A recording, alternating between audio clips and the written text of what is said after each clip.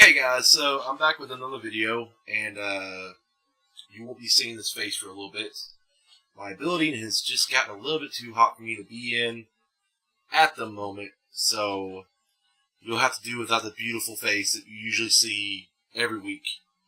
Those who are subscribed to me. Those who aren't subscribed to me, please take a moment to hit the like and subscribe button below. And make sure to click the little bell so you get notifications whenever I have a video up and this, that, and the other. Okay, so we're going to do something a little bit different today. I'm actually going to do a movie review. Now, I'm not too good at these things, so just kind of bear with me. My bipolar disorder and my ADD kicks in, and yeah, I get really distracted really easy. Okay, so I wrote out a script. Hopefully this will go smoother than I expect it to. So here goes. Okay, so I recently watched Spider-Man Homecoming over the weekend, and I want to share my thoughts about the movie.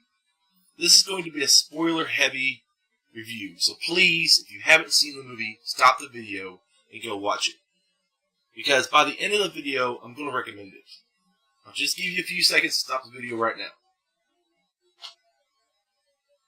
Okay, for everybody who stayed, Spider-Man Homecoming is a wonderful film.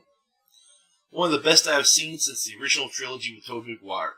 Although there are a lot of changes to the character and supporting characters you should be aware of if you haven't seen it yet or are a fan of the comic books or the franchise as a whole. There is no origin story this time around, which works to the film's benefit, actually, because we've seen that done at least 2 times cinematically. Peter Parker is pretty close to the Parker we all know and love from the comic books and the original movies. But this time around, he's a kid. He's just a kid in high school, trying to balance out the life of a high school kid and being a superhero at the same time. So what are some of my complaints about this movie? And I'm going to make this very clear.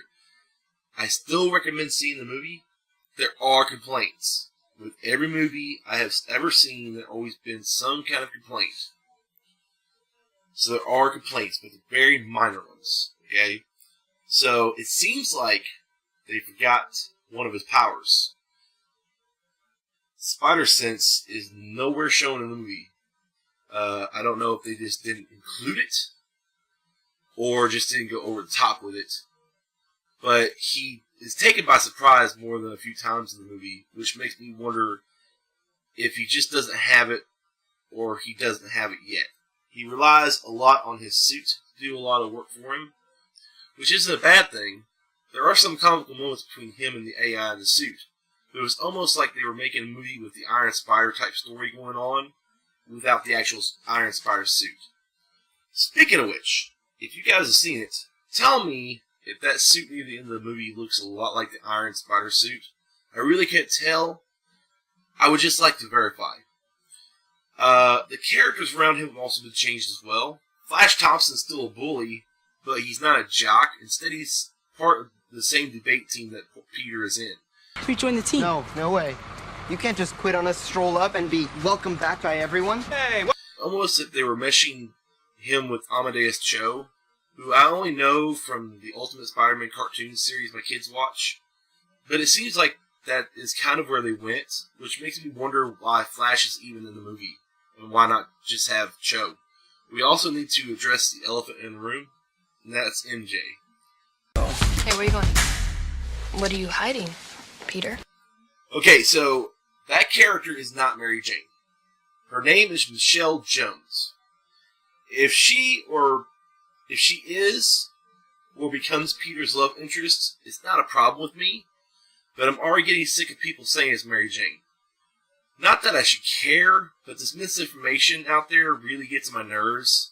So it's like a pet peeve more than anything. You know, the whole fake news thing gets on my nerves.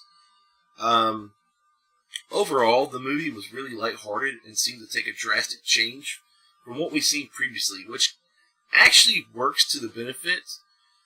It feels like Sony was almost making a kid-friendly Deadpool in a way. A movie that didn't take itself so seriously that it seemed to weigh it down like the Amazing Spider-Man 2 did.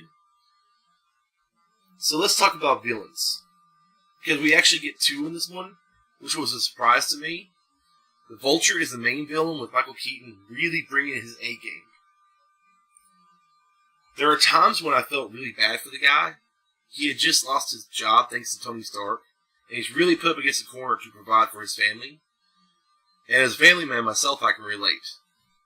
He was menacing when he needed to be, and very human when he was called for.